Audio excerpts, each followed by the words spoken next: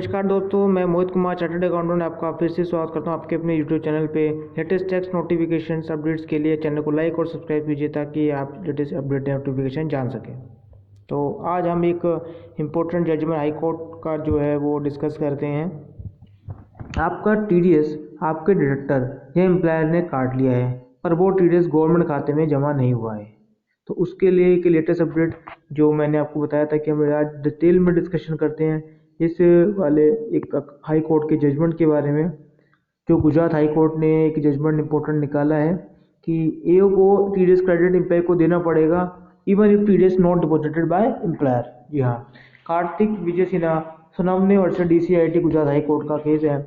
इसमें होता क्या है कि फैक्ट्स ये हैं कि कार्तिक जो एम्प्लॉई है वो किंगफिशर एयरलाइंस का है और असेसमेंट है 2009-10 और 11-12 के अंदर उसका सैलरी पर टीडीएस एयरलाइंस कंपनी काट लेती है और वो एयरलाइंस कंपनी उस टीडीएस को सेंट्रल गवर्नमेंट अकाउंट में जमा नहीं कराती है। जिस कारण क्या होता है कि जब एसएससी अपनी रिटर्न फाइल करता है तो वो टीडीएस क्रेडिट उसमें शो करता है रिटर्न के अंदर और वो क्लेम कर लेता है।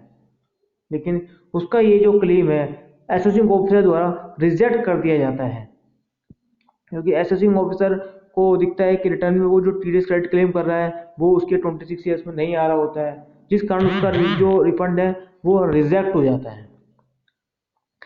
फिर होता गया है कि असेसिंग ऑफिसर उसको डिमांड भी रेज करता है विद इंटरेस्ट के साथ और उसके ऊपर रिकवरी प्रोसीडिंग्स भी इनिशिएट कर देता है। फिर एसएससी जो है उस नोटिस के अगेंस्ट गुजरात हाई कोर्ट पे रिट पिटीशन फाइल करता है। अब रिट पिटीशन तो उसने फाइल कर दी तो गुजरात हाई कोर्ट ने एक जो अपनी रूलिंग दी तो उसमें एक गुवाहाटी हाई कोर्ट का एक जजमेंट पर रिलाइट किया।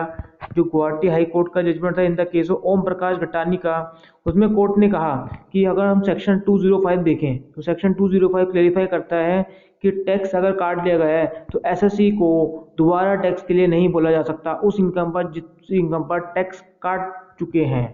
जी हाँ, फिर उन्होंने ये भी कहा कि अगर टैक्स कट गया है और सेंट्रल गवर्नमेंट के खाते में नहीं जमा हुआ है तो एओ जो है असेसिंग ऑफिसर जो है वो दोबारा रिकवरी जो है एसएससी के अगेंस्ट नहीं कर सकता।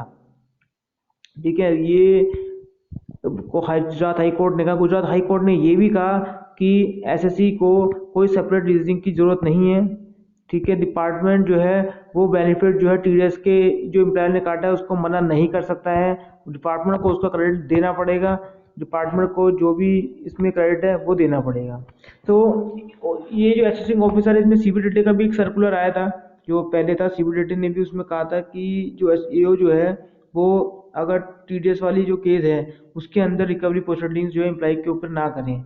लेकिन डिपार्टमेंट का जो सीपीसी का सिस्टम है उसमें जो सीपीसी है वो 26 ईयर्स और आईटीआर को वेरीफाई करता है, उस बेसिस पर डिमांड जनरेट कर देता है। तो आपको करना क्या है, आपको सबसे पहले अपने एम्प्लॉयर से कांटेक्ट करना है, अपने डिटेक्टर से कांटेक्ट करना है ताकि वो उसको टीडीएस को करेक्ट कर सके ताकि आपके रिलेवेंट 26 ईयर्स में वो क्रेडिट शो हो सके। उसके बाद अगर वो फिर भी नहीं होता है तो आप अपने सपोर्टिंग डॉक्यूमेंट्स जो है वो तैयार रखें, अपने सपोर्टिंग डॉक्यूमेंट्स को असेसिंग ऑफिसर को सबमिट करें और अगर वो उससे भी सेटिस्फाई नहीं होता तो आप अपील में जाएं। जी हाँ, फिर अपील में जाकर वो मैटर को आप सेटल करें।